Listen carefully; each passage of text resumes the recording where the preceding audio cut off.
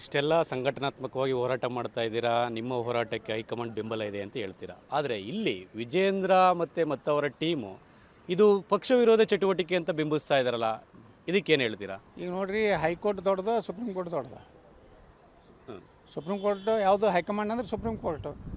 ಹೈಕೋರ್ಟ್ನಂದು ಇದಕ್ಕೆ ಸ್ಟೇ ಕೊಟ್ಟಂಗೆ ಆಯ್ತಲ್ಲ. ನೋ, ಇದು ಅವ್ರು ಮಾಡ್ಲಕತ್ತಿದ್ದು ಜನಪರ ಇದೆ.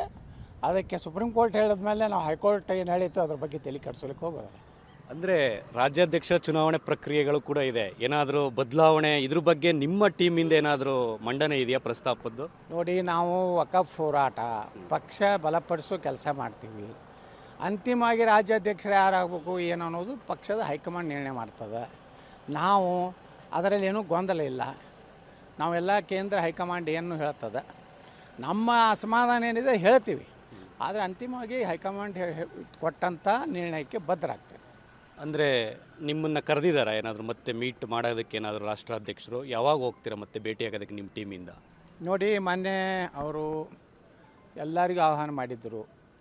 ನಡ್ಡಾ ಅವರು ಬೆಂಗಳೂರಿಗೆ ಬಂದಾಗ ಕುಮಾರ್ ಕೃಪಾದಲ್ಲಿ ನಾನು 5 ಗಂಟೆಯಿಂದ 6:30 ಗಂಟೆವರೆಗೆ ಕೇವಲ ಪಕ್ಷದ ಮುಖಂಡರು ಕಾರ್ಯಕರ್ತರ ಸಲುವಾಗಿ ಸಭೆ ಮೇಲ್ಸಟ್ಟಿದ್ದೀನಿ, ಬರಬೇಕಂತಂದರು.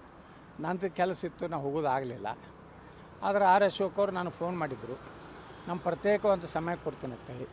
ಮತ್ತು ಅರವಿಂದ್ ಲಿಂಬಾವಳಿ ಅವ್ರ ಜೊತೆಗೆ ರಾಷ್ಟ್ರೀಯ ಅಧ್ಯಕ್ಷರು ಮಾತಾಡಿ ಅವರು 9ನೇ ತಾರೀಕು ಅಂದರೆ ಇವತ್ತು ಸಮಯ ಕೊಟ್ಟಿದ್ದರು.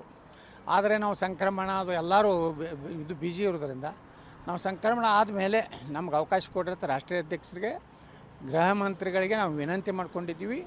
ಮತ್ತು ಇಲ್ಲಿವರೆಗೆ ಹೋದಾಗ ಏನು ಮೊದಲೇ ಹಂತ 2ನೇ ಹಂತದ ಏನು ನಾವು ದಿಲ್ಲಿಗೆ ಹೋಗಿದ್ದೀವಿ, ನಾವು ಅಮಿತ್ ಶಾ ಅವ್ರದ್ದಾಗಲಿ ನಡ್ಡಾ ಅವ್ರದ್ದಾಗಲಿ ನಾವು ಅಪಾಯಿಂಟ್ಮೆಂಟ್ ಕೇಳೇ ಇಲ್ಲ. ಸುಮ್ಮನೆ ಅದು ವದಂತಿದೆ. ನಾವು ಈಗ ಅವರು ರಾಷ್ಟ್ರೀಯ ಅಧ್ಯಕ್ಷರೇ ಆಹ್ವಾನ ಮಾಡಿದ್ದಾರೆ, ಸಂಕ್ರಮಣ ನಂತರ ದಿನಾಂಕ ಕೊಡ್ತೀನಿ ಅಂದಿದ್ದಾರೆ.